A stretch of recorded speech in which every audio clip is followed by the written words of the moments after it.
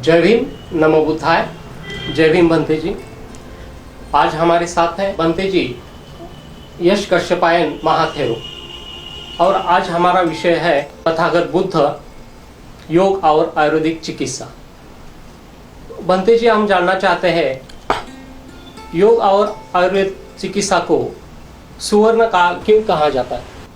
करुणा के सागर तथागत भगवान बुद्ध, वह तो संपूर्ण मनुष्य के रहस्य को जानते थे, जीवों के रहस्य को जानते थे और काल के रहस्य को जानते थे।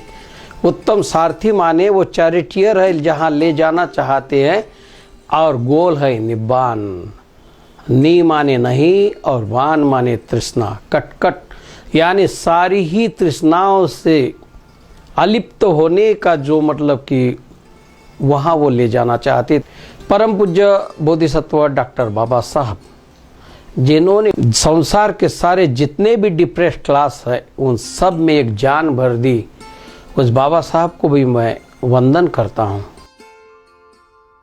लॉर्ड बुद्धा टीम में एक अंतःकरण से कार्य करने वाले मिस्टर दीक्षित, वो लॉर्ड बुद्धा के पत्रकार भी है, लॉर्ड बुद्धा के प्रचारक भी है, और उनके साथ गिरी साहब, ये भी मतलब इधर में दक्षिण भारत में कोल्हापुर डिस्ट्रिक्ट में यहाँ लॉर्ड बुद्धा का ये जो कार्य चल रहा है, हमारे और सदानंद भोसले साहब भी है। ये टीम बहुत अच्छी है।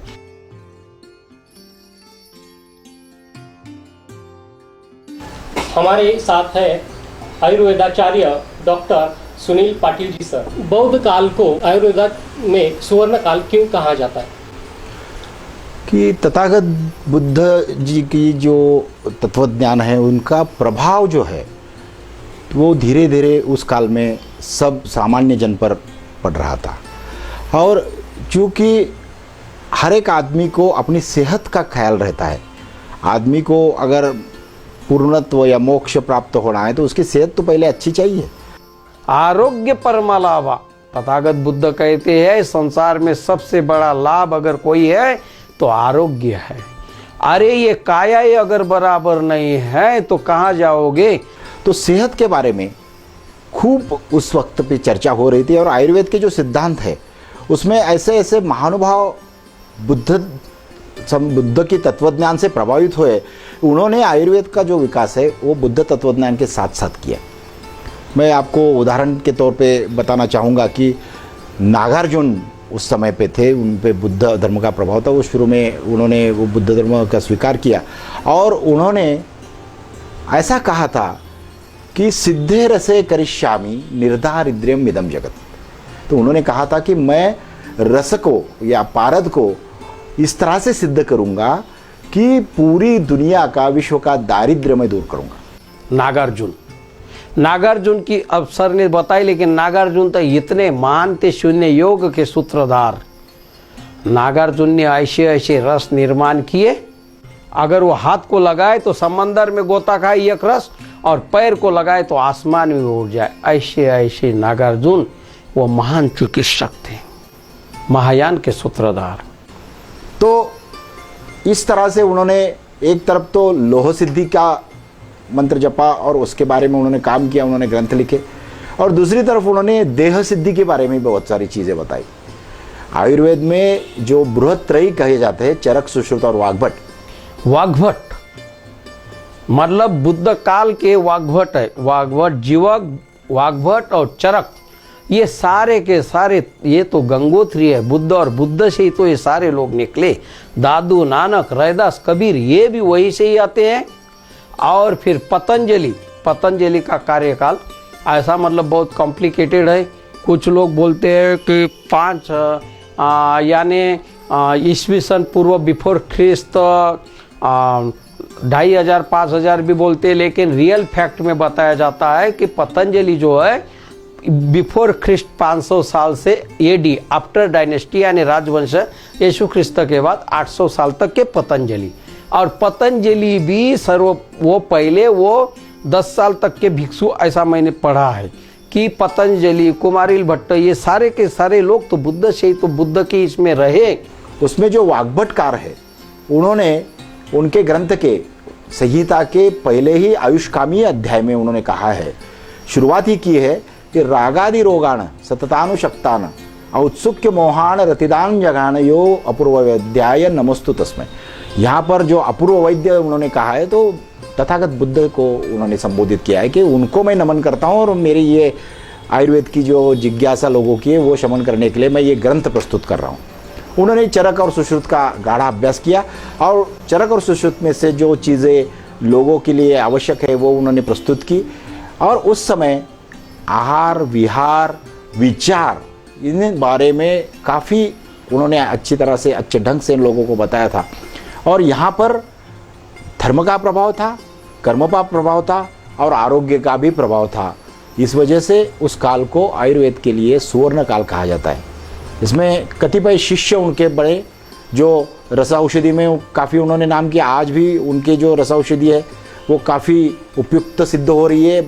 नए ज़माने के नए विकारों के लिए वो रस औषधियाँ सिद्ध माने जाते हैं और उसका काफ़ी अच्छा प्रयोग भी होता है। तो ये सब चीज़ें हैं वो बुद्ध काल जब बहुत ही सुवर्ण युग कहा जाता है उस समय में हुए थे, इसलिए उस काल को सुवर्ण युग हम कह सकते हैं।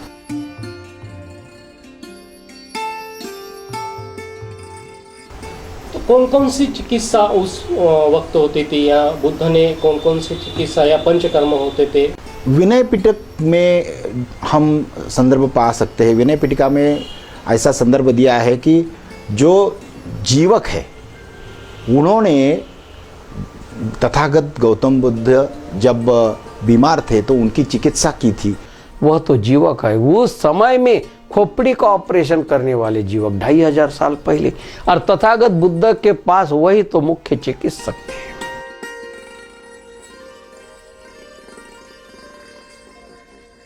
ये जो जीवक है ये जीवक माता पिता के बिना ऐसे ही पाए गए और उनको अभय कुमार उन्होंने उनको पाला पोसा, तक्षशिला में उनको पढ़ाया और उन्होंने आयुर्वेद के तरफ उनकी ज़्यादा रुचि थी।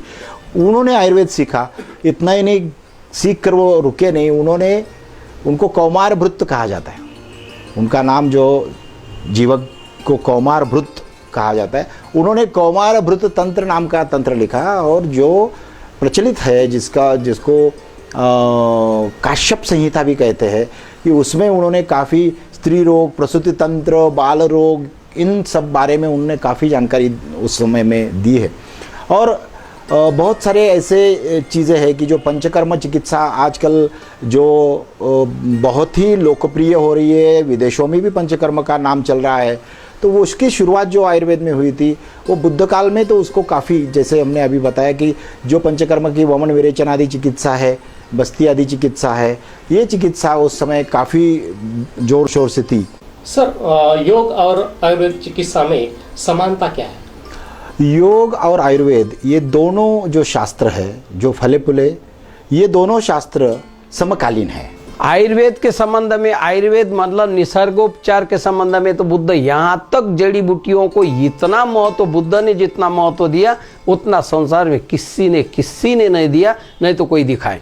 आयु माने संपूर्ण जीवन को जानना। आयुर्वेद जब एलोपैथी थी ही नहीं, बुद्ध ने नैसर्गिक सोर्स का यानी जड़ी बूटियों से लेके पत्थर पाषाण का भी पसीना और धूल मिट्टी से भी चिकित्सा, और योग अष्टांग योग बताया गया है और आयुर्वेद भी अष्टांग आयुर्वेद बताया गया है। क्योंकि दोनों की तुलना अगर हम करेंगे, उसकी समानता अगर ढूंढेंगे तो हमें ये पाया जाता है कि यम, नियम, आसन, प्राणायाम, प्रत्याहार, धारणा, ध्यान, समाधि, ये 8 योग के अंग है। वैसे ही काय चिकित्सा, बाल चिकित्सा, ग्रह चिकित्सा, विषय चिकित्सा, ऊर्ध्वांग चिकित्सा और शल्य चिकित्सा, ये जो और रसायनवाजीकरण चिकित्सा, ये अष्टांग आयुर्वेद बताया गया है। तो ये 8 पूर्ण अंग है कि जिनमें से आयुर्वेद में शरीर के पूरे अंगों का विवरण हो गया है और योग में मन के पूरे अंगों का विचरण हुआ है। लेकिन आजकल थोड़ा सा मैं आपको बताना चाहूँगा कि आजकल जो योग प्रचलित है वो सिर्फ आसन और थोड़ा सा प्राणायाम के स्तर तक ही प्रचलित है। पतंजलि योग सूत्र में कहा गया है कि स्थिरम सुखम आसनम, जिस अवस्था में आप स्थिर और सुखपूर्वक कुछ काल बैठ सकते हैं, खड़े रह सकते हैं, सो सकते हैं, उसको स्थिरम सुखम आसन का है। सांस को कभी भी नहीं रोकना है। नैसर्गिक जो हमारी क्रियाएं चल रही है उस पर कोई भी हमको कुछ छेड़छाड़ नहीं करना है। आगे जाके हठयोग प्रतिविका, घेरंड संहिता, गोरक्ष संहिता, बाकी अनेक विद्वानों ने योगासनों के बारे में बहुत सारी चीज़ें बताई, उस पर संशोधन भी हुआ है।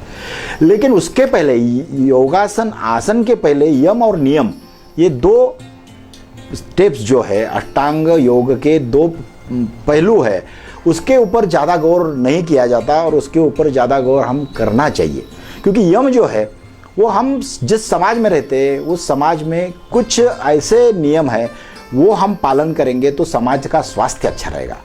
और नियम जो है जो हम खुद अपने आप पर जो बंधन डालेंगे तो उससे हमारा स्वास्थ्य अच्छा रहेगा, समाज का स्वास्थ्य अच्छा रहेगा।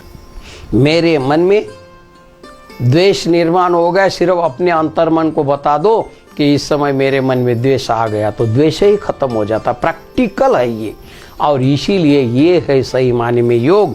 आजकल योग के संबंध में योग ये धर्मशास्त्र भी नहीं है और कुछ भी नहीं है, ये तो एक व्यायामशाला चल रही है। बहुत बार ऐसा होता है कि कोई आदमी आसन करते हुए देखते हैं, कोई बच्चे हैं, कोई लड़कियां हैं, तो हमें लगता है कि ये तो एक्रोबैट है, ये तो सर्कस में जैसे काम करतब करते हैं, तो ये तो हमारा काम नहीं है, हम तो योग नहीं जानेंगे।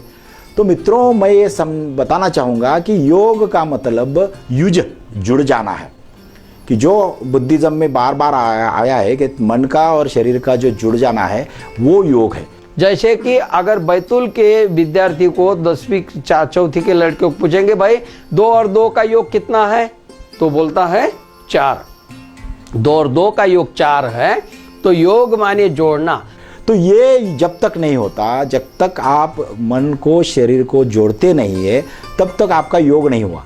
आपके पास अगर करुणा है, आपके पास अगर सत्य आप वचनी है और आप दूसरों के साथ अच्छा बर्ताव करते हैं, समाज में अच्छी तरह से रहते हैं, सत्य अहिंसा का आप पालन करते हैं, तभी योग की अच्छी शुरुआत हो गई है। फिर जाके आपको आसन, फिर प्राणायाम, फिर प्रत्याहार, धारणा, ध्यान और समाधि तक जाना है। ये योग का मूल मंत्र है। ये लोग हम कभी भी भूले नहीं, क्योंकि योग की शुरुआत ही यम नियमों से हुई है। बहुत सारे चिकित्सा पद्धतियाँ, प्रणालियाँ बीमार होने के बाद ही क्या करना है ये बताती है, लेकिन आयुर्वेद एक ऐसा शास्त्र है, भारतीय चिकित्सा पद्धति है, कि वो बताते हैं कि आपको बीमारी ही न आए, आपका मन ठीक है, मन स्वस्थ है, तो ही आपका शरीर स्वस्थ हो जाएगा। क्योंकि आपका मन जो है सूक्ष्म शरीर है, आपका शरीर जो है स्थूल मन है। तो इस तरीके से योग और आयुर्वेद का संबंध है। अब ये साथ चलने वाले दोनों विज्ञान है। आज पूरा विश्व योग दिवस मना रहा है। अब योग का कब योगा हो गया हमें पता नहीं, लेकिन जब हम योग दिन मना रहे हैं तो ज़रूरी ये है कि आज के दिन हमें तथागत बुद्ध का स्मरण करना चाहिए, क्योंकि उन्होंने आयुर्वेद और योग ये समकालीन जो शास्त्र है, शरीर और मन का विचार करने वाले शास्त्र है, उनको बढ़ावा दिया था। अष्टशील का मतलब ये है कि उस दिन हर 8 दिन के बाद अष्टशील 8 शीलों का पालन करो।